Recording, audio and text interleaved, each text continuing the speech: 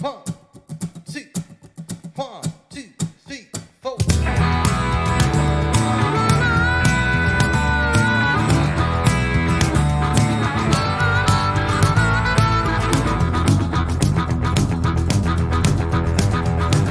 Just so many hours you spent on the phone, I wasted here loving you.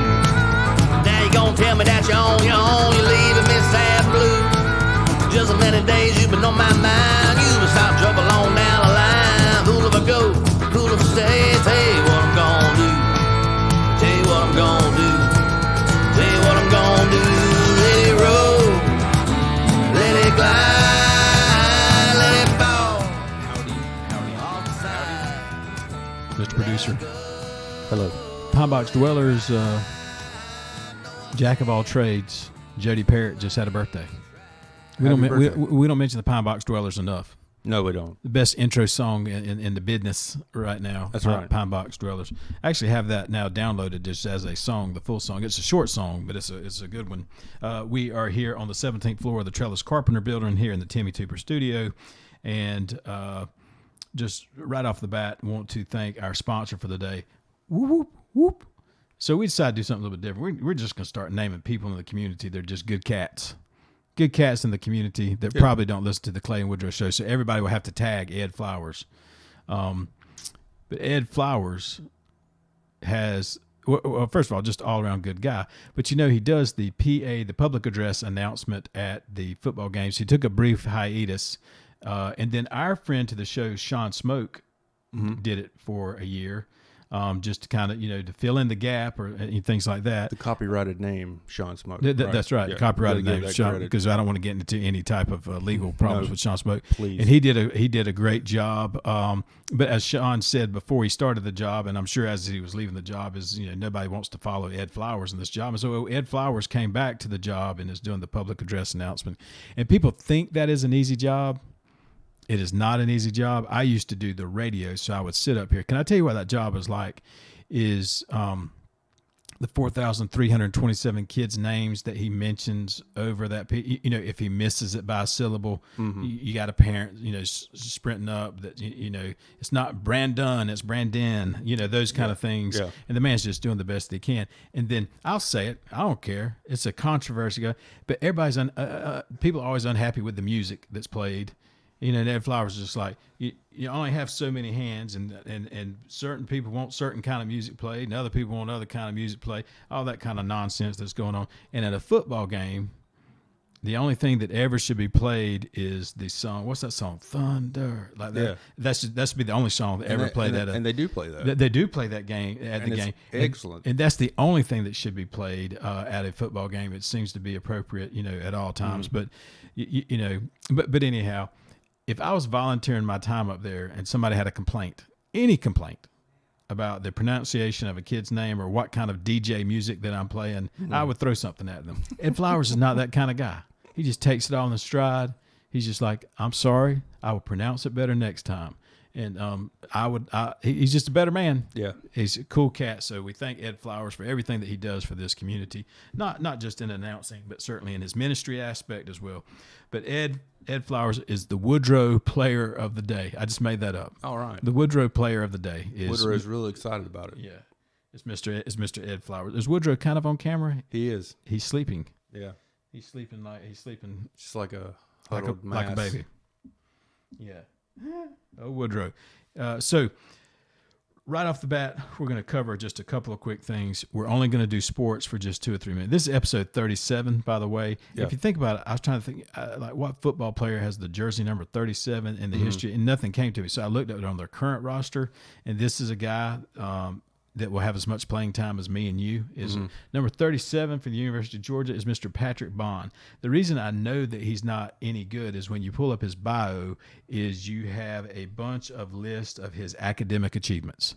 I'm just like, well, he's gonna suck. Poor guy. Yeah, he won't be any good. The only thing they have in his bio, and he went to, it looks like Milton High School, and he does really well academically. So I doubt he's producing much. But Mr. Patrick Bond, episode 37, in honor of Patrick Bond. With that being said, sports right off the bat, I want to get to some controversy. So here's the big deal: is Kirby Kirby Smart, I can kind of talk about. I can process. So we lost to Alabama again, and people are beginning to compare Kirby Smart to Mark Richt. The records are almost identical, and then people will say, "Well, yeah, but you got to be careful there because Kirby had us one play away from the national championship game." So did Mark Richt. People forget. Yeah. So and then but Kirby's record's a little bit better. No, it really isn't. And then some of Mark Richt's early success were really with players that he didn't even recruit. So's Kirby's. Right. Sony Michel and Nick Chubb weren't recruited by, but anyhow, don't let facts get in the way of the good story. No. And then so all this kind of stuff of but it just feels like we're going in a better direction. Well, okay, I'll give you. There you go. If you feel that way, I'll let you go.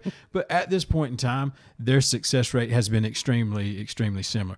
Do I think the overall trajectory of Georgia football is better at the 5th or 6th year of Kirby Smart than I did with Mark Richt? I do. Do I like Mark Richt better? I always will. Y'all know I'm a Mark Richt fan. He's my man. He's a good guy. He's a good guy. But do I think? I'll tell you, I think it's better in a better trajectory. I will say, in fairness to Mark Richt, the A, B, C, D, and E things that he asked from the athletic program to try to make that a better program, they didn't do any of those, and they did them in the first about 2 years for Kirby. I think people forget that as well. That probably made a difference. He asked for an indoor practice facility from the day that he stepped on campus, and they're like, "No, I'm sorry, we can't swing that." And then before Kirby could, get his own family moved into a house in Athens, they started building on an indoor, practice facility because Kirby said, "I'm not coming without it." And then coaching staff and all the stuff. That's nothing against Kirby. He got what he asked for. He's a good negotiator or whatever. But I will remind you that the things that he identified as a weakness in the program, the same thing that Mark Richt screamed about for years and years and years, and nobody would listen to him. And I tell you why it is. Why is that? It's because he's a nice guy. I can see that, and that's exactly why they ran all over him. And then our recruiting is certainly picked up a notch. But I can also tell you, can I tell you that Mark Richt's greatest trouble in recruiting? What's up? He did it by the book. He didn't break any rules. He didn't even walk a fine line. He didn't walk up to a fine line. He just did it by the and it's almost like he didn't want to win. Well, yeah, that's what people would think, or perhaps he was just a man of it. Now, integrity. That's what comes. So, and we know for a fact that Kirby will toe tap down any kind of line to get the recruit. And I will tell you, the average Georgia fan, not the average Georgia fan, 99.9% of the Georgia would say that's exactly what we want him, to do. So, so I will tell you this, and had folks argue with me, but you can't argue with facts. Well, you can, but you just seem foolish. Oh, people can do that on Facebook. Kirby Smart is a phenomenal coach. He is a horrible evaluator of quarterback talent. And you might say, well, Clay, that's not his job. He's more defense. No, he's a head football coach of a team and makes about $5 to $6 million a year. And so here is my Kirby Smart why his history of poor quarterback talent evaluation is he chose in the kickoff classic, Chick-fil-A kickoff classic against Virginia, Grayson Lambert over Jacob Eason. He then chose Jacob Eason over Jake Fromm. He then chose Jake Fromm over Justin Fields. And then he chose a transfer from Wake Forest whose name Jamie Newman over Stetson Bennett, DeJuan Mathis over Stetson Bennett. Probably JT Daniels, if his knee was better, over Stetson Bennett. The guy that cooks popcorn in the concession stand over Stetson Bennett. So, to his own admission, he selected everybody on the campus over Stetson Bennett, and as to his own admission, he got that wrong as well. So he does not have a history of quarterback evaluation. Sounds like it. Yeah. So the history speaks for itself. And I want to. There's some Kirby fans out there, but I can tell you, as far as him handling the offensive side of the football, what somebody's going to say, he's not the offensive coordinator. Guess who hired the offensive coordinator? bet you'll never know who. It's Kirby. And so, to that end, his ability to evaluate, recruit, retain quarterbacks has been his Achilles heel. And so we're on record on the Clay and Woodrow show for that. Woody's just leaving. Who knew he was such dock his pay. Who knew he was such a mark down what time it is. This is just more comfortable over here for him, and I don't think he likes you altogether. Other than that, other thing, we got Halloween coming up. Is Waycross, Ware County? Are we having Halloween? I don't think anybody ever really knows, and especially this year. Okay, I haven't heard one way or the other. And I just by humbug, but I don't particularly care either. Yeah. But I will say,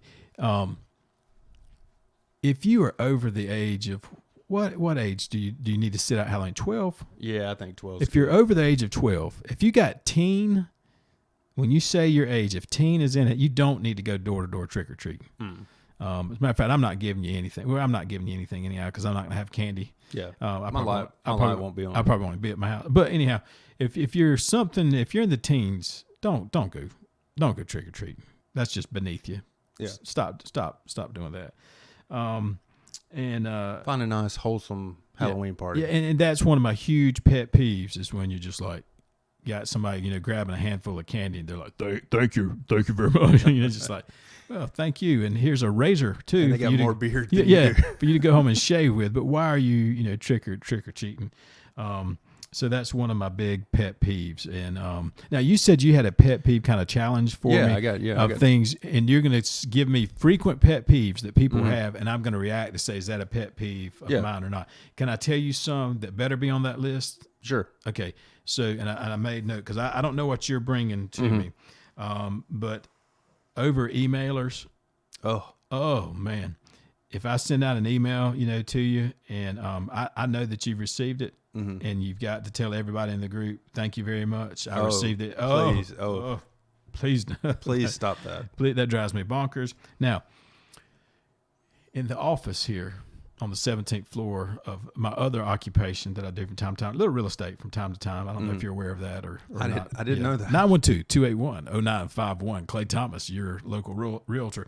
So if somebody sends me a text, the girls here at the office say that I don't text them back, and I'll go back and look. And I was like, you didn't ask a question. They was like, yeah, but we told you something. I was like, yeah, but I don't text back when you tell me something. Right. You saw that I read it. And they're like, yeah, but you're supposed to give a thumbs up. It's just like the etiquette thing to do with text. I was just like, well, that's the most bizarre thing.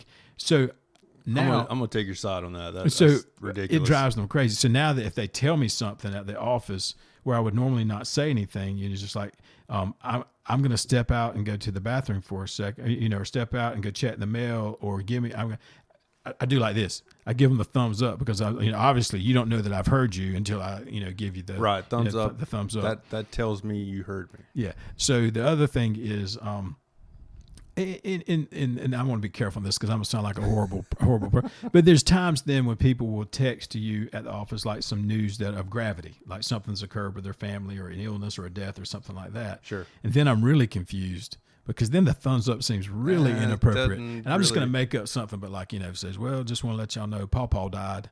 And I'm like, yeah, So I think that's the one tier. Is that the one tier emoji? Yeah, but it's got to be going down, not out. Yeah. So then I feel like the thing, I said, well, I don't think you would give thumbs up there. I think you would say, I'm very, very sorry to hear about that. If there's anything we can do, please I'm correct on that. That's the way I would go. Not according to these girls. Universally, thumb just up. get whatever. Somebody's died.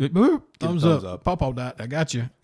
That seems a bit bizarre. We got one clarity. We got to make a clarification. And I shared this with you. I deleted it. But somebody kind of came out. I mean, this is a good fella, and he had good intention. He came after me. In our last Clay and Woodrow show, which over 1,000 people, according to our data, watched, I seemed to indicate back in my YMCA days that I would have this coach named Dan Carl, and he was very aggressive about getting us. I mean, we were 6 and 7 years old, and he had us out there turning double plays, and that. So he was pretty aggressive about the. Oh yeah. And I made note. I was like, and my mom and dad would just be like, after Friday practice, just go ahead and spend the night with Mr. Carl, because he was have us up at 6:30. If we had a 10 o'clock game, we were taking ground balls at 6:30. And then I was just saying that my parents weren't. They're not that fired up about sports.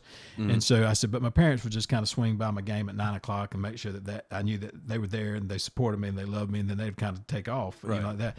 Somebody took that to mean that I was insinuating that my parents weren't supportive as a child. That's the furthest thing from being true. I think I've covered that ad nauseum, that my mom is the most perfect person. So, and by the way, do you understand? And we don't do it well, but this show is kind of comedy. There's not a whole lot of seriousness. No, we're not serious about much whatsoever. We just made jokes about Pawpaw's death and do you give a thumbs up or not? And then last week we talked about, do we really need horse chiropractors? Yeah. So why this person all of a sudden thought, well, Clay's now being serious and he thinks he has awful parents. That's not the case. I think what I'm trying to do is bring levity to a situation. And mainly the thing is, because everybody in the community thinks my mom is so perfect, and I'll be honest, she is. Yeah. Greatest cook, greatest mom, greatest grandmother. We call her Go-Go. I'm trying to let people know she did have tiny little flaws. For example, and we're going to go over these.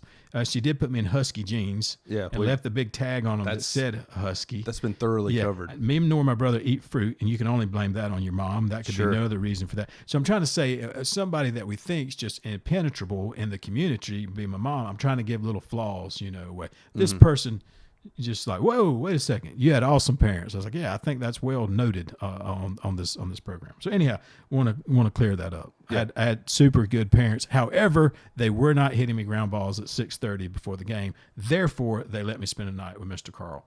True. So like in newspapers, when you make a mistake or something, you have to write the little thing to say, we made a mistake, we dropped the ball. Here's our editorial. What do they call that? Is that a retraction? A retraction. Yeah. I'm not retracting anything, but I'm just trying to give some clarity. Just clarification. That my comedy might have not landed well, and that's on. I don't think it does a lot anyway. Yeah. So it's really no. No great revelation. Yeah, but the person that made this is one of my favorite people on planet Earth, and I do think he thought, Clay, man, that didn't come off the way that you wanted it. And I was like, well, I let me make a correction on that. Yeah. So pet peeves. I got a few here. Yeah, we make sure. Oh yeah. So we got the over emailers, people. Okay, you hit me with that list, and I'm going to say, are they legitimate? I mean, because the Clay and Woodrow show will decide, are these legitimate pet peeves? Can I tell you one other thing? Yes. And there's a guy in my office, I won't name his name, Eric Stokes, but in a meeting, and if these aren't on here, I'm saying that the list is fraudulent. Yeah. Not only will he click his pen, y'all hear that?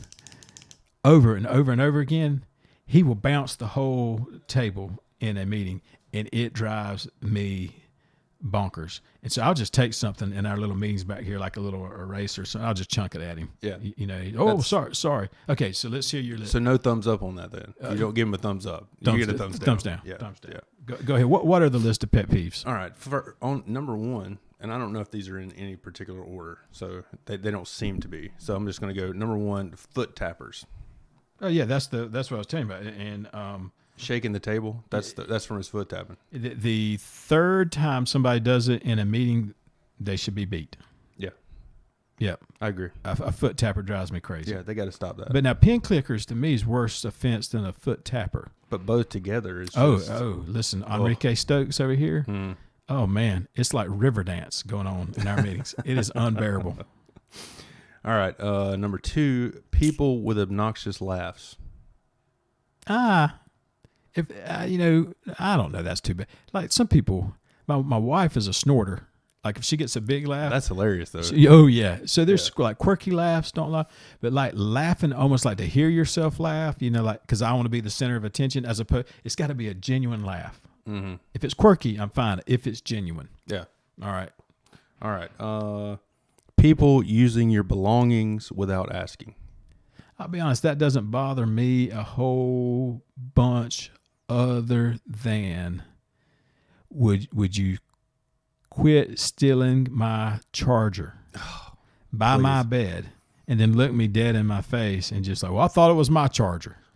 I'm talking about the charger. We've been over this before. This is not new territory. No. I'm talking about the charger that is tucked into my pillowcase. Mm-hmm. That charger cord you thought was yours. Yeah, you went and got that and put it in your pillowcase. Yeah, the charger cord that lays beside my head at night as my phone. You thought that's interesting that you thought that was your charger the cord. One that's not broken. Yeah. But I will say, like, if a neighbor came and got something of mine, I'd like for them to bring it back. But I don't care if you tell me that I don't care. No. But not my charger. Not my $8 charger from Dollar General. Leave it alone. Yeah, please. Okay. Yeah. All right. Dishes in the sink. That's not a problem. Keep going.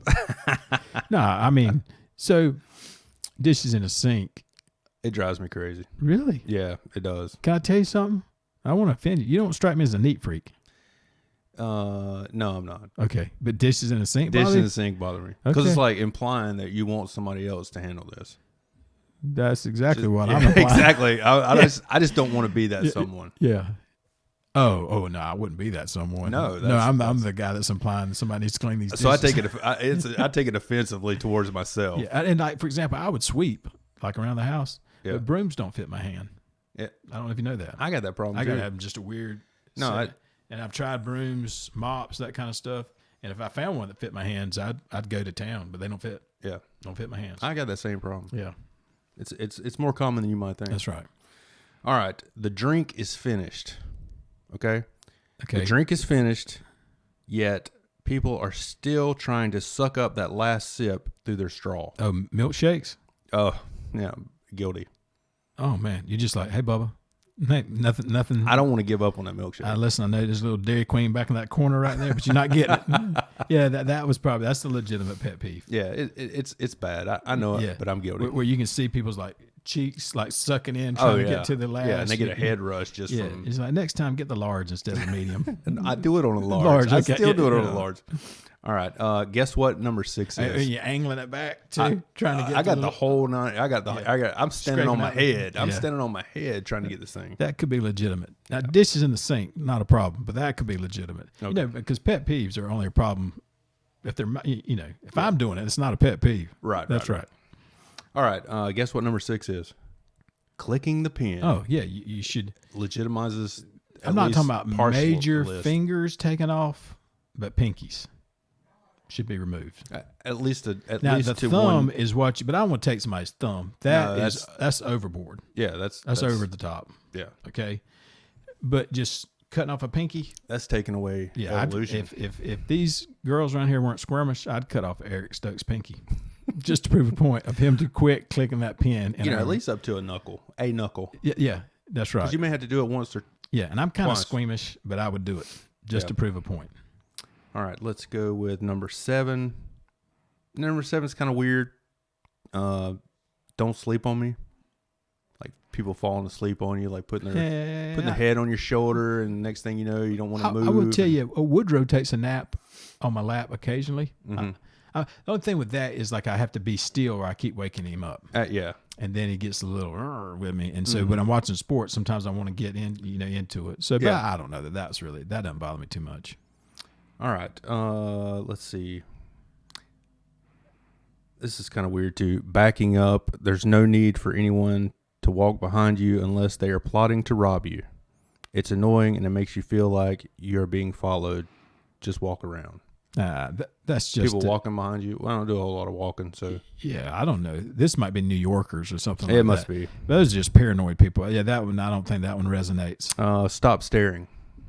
Oh well, It's impolite and awkward. They say. if you can imagine staring, for me, I have a lot of people that stare because they're just like, man, that's just one handsome devil right there. That's okay. Yeah. And that But if kind they're of staring at you because they're I like, have points what? on my. Have you? Let me ask you a question.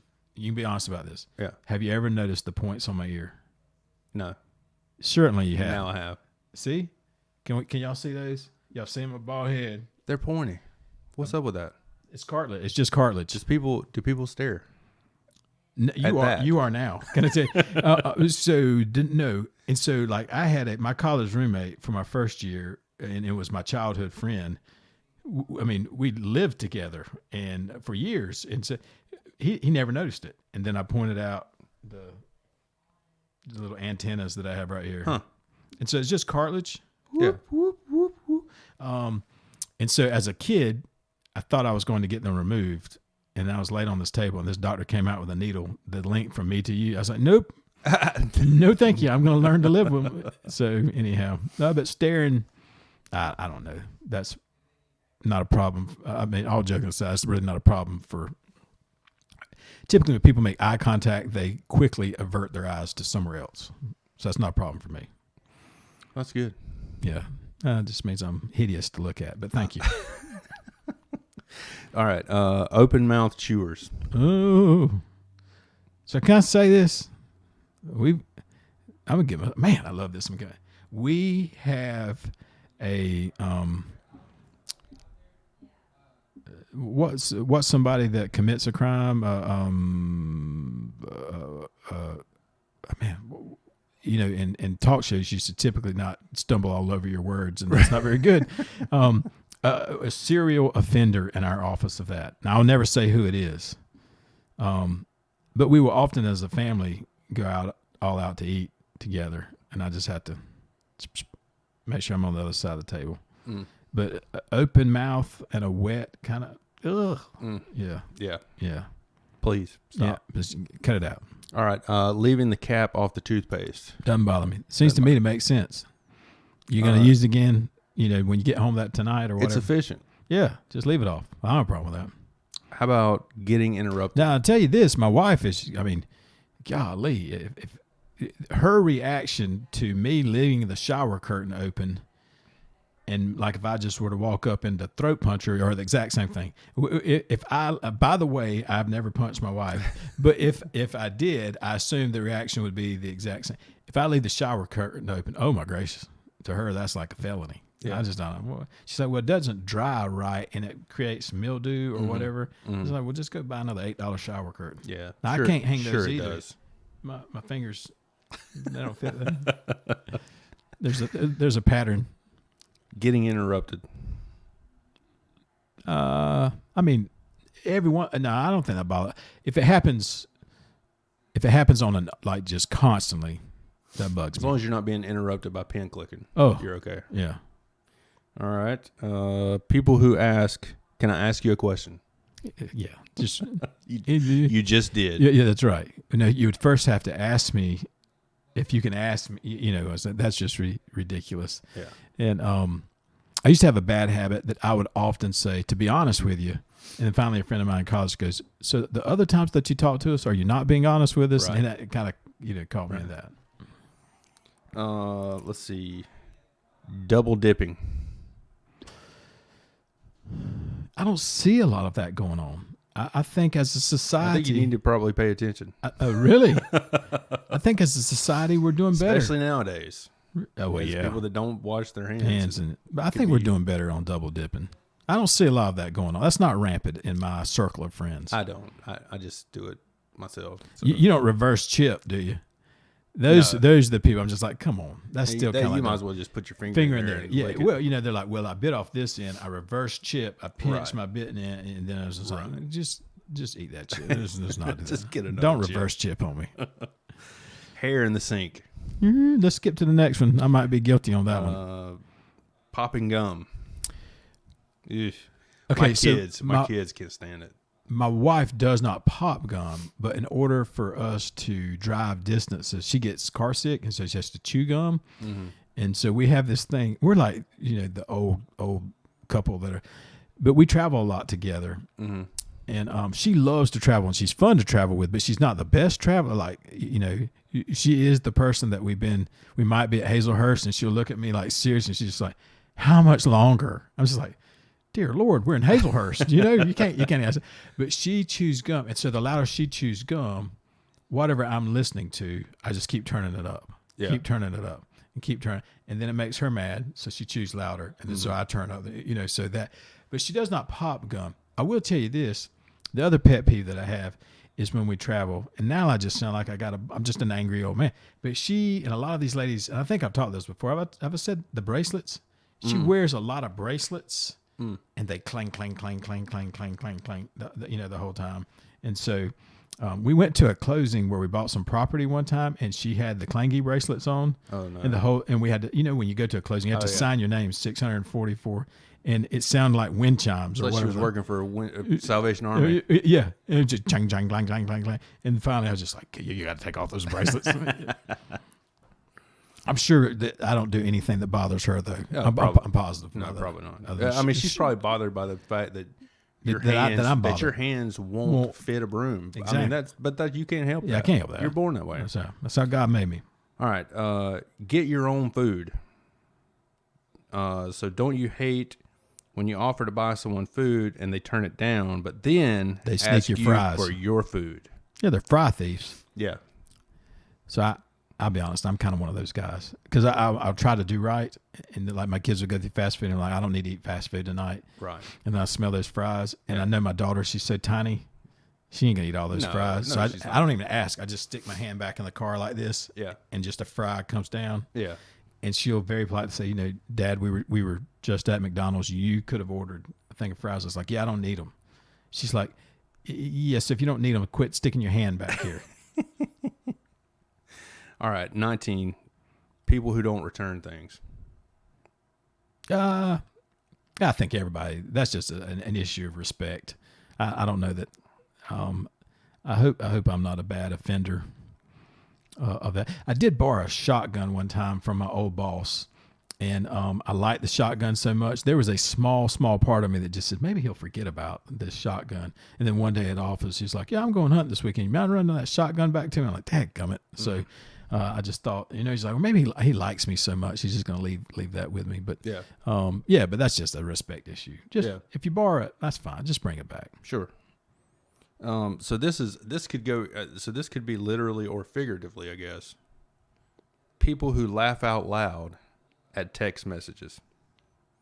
Either a response to a text message as LOL, or they're just looking at their phone and they just randomly start laughing out loud. That doesn't bother me because that's a genuine reaction. LOL doesn't bother me if you really did LOL. Who's really LOL? Oh man, you can give some good. I think you can give some good one-liners or something like that, and somebody just like, I think it's overused though. Yeah. I think it's probably 90% of the time they're not really. No.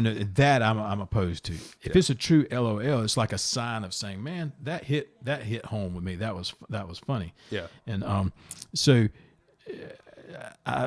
good grace. How long are we into this? I might need to save this for next time. What are we at? Can you tell me? 27 minutes probably about right now? We're at 31. Oh, we better land this plane. Let's do a summary. Real quick. And because what I was about to talk about is probably not appropriate anyhow. So anyhow, here's our summary, 3-point summary. Number one, my parents were phenomenal. Let's be clear about that. With some underlying weaknesses that this show will continue to explore. Number two, on our is that Kirby's the right guy for the right time. But if you're being fair, Kirby right now has done nothing different than Mark Richt did in his first 5 years. The numbers say that. And number three, I don't know if there is like a week to, you address many different things throughout the year, but we need some type of fundraiser for people that have hands that don't fit brooms. I think, because it's sad. That's a cause. That's a cause worth getting behind. It's sad, and and I'm embarrassed. I don't share that with a lot of people. Yeah, and I have normal sized hands, but at the same time, for whatever reason, the way God made them, a broom won't fit in them, and so it's a burden that my wife shares with me, and I'm thankful that she. And of course, it won't vacuum. Same thing. I think if we use this footage with a Sarah McLachlan song behind it, I think we've got a cause. I will remember, and you just show my hands like that, and just like trying to hold it, fumbling, trying to hold it. Broom. Yeah, that's sad. Yeah. It's sad. And I've tried. I mean, I'd love to vacuum. Man, I'd love to. I look at other people vacuum, and sometimes I'll just have to walk away. And I just get right in here, choked it up. Hurts. Yeah, it's just like, man, but whatever reason, God just says, Clay, vacuum, and I don't intend for you to do that. I was like, well, God, I'll carry that burden. Yeah. Have a good weekend. We're not to the weekend. Have a good week, and we will see you again soon. Y'all take care.